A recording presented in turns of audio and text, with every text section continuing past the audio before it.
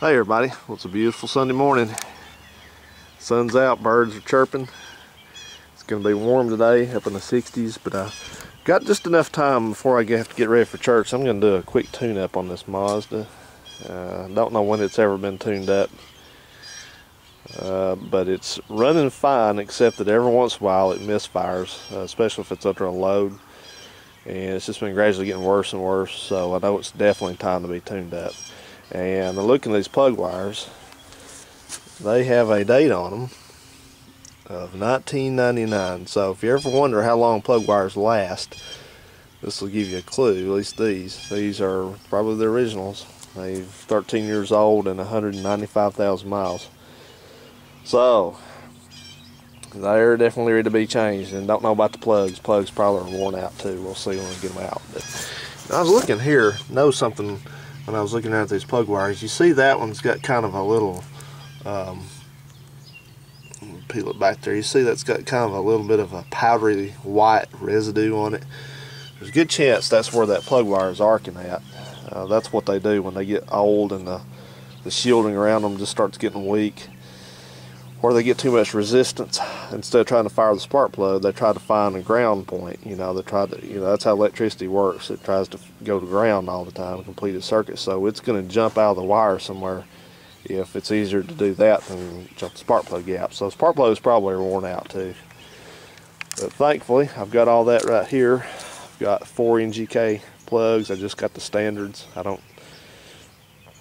don't spend my money, I guess you could say waste your money, but it's up to you. But I don't spend the money on the expensive spark plugs, the platinums or the double V groove or W groove or X groove or iridiums or whatever. I just don't go for that. I just put what's supposed to be in it and go with that. And so I've got 4 of those. I've already pre-gapped them. They're supposed to be gapped at 43 thousandths, which they were close already. One of them was a little bit wide. I had to close the gap up on it. But I've got a set of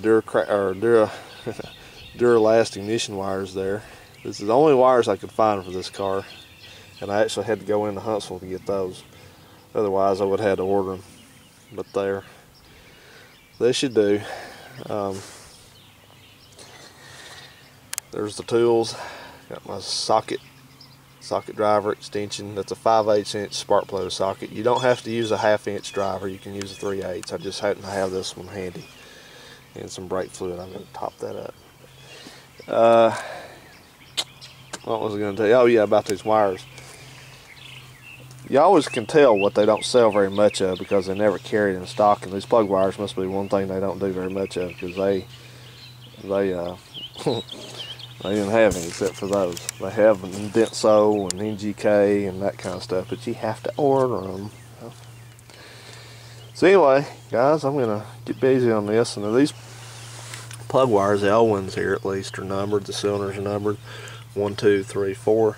And just be careful, just pull them out. And what I do is I pull the wires out first, change the plug, and just kind of stick it back in. And then all I have to do then is just change the plug wires out, so I don't have any risk of getting anything mixed up. You don't need to be pulling all the wires off and throwing them on the ground before you even replace them, because you can see, I know it looks like they would go 1, 2, 3, 4, but they're not. See, this one, that one goes to that one over here goes to one of these, and that one on the end goes to the second one. So it's not like that. You just need to keep them in order. So alright, see ya.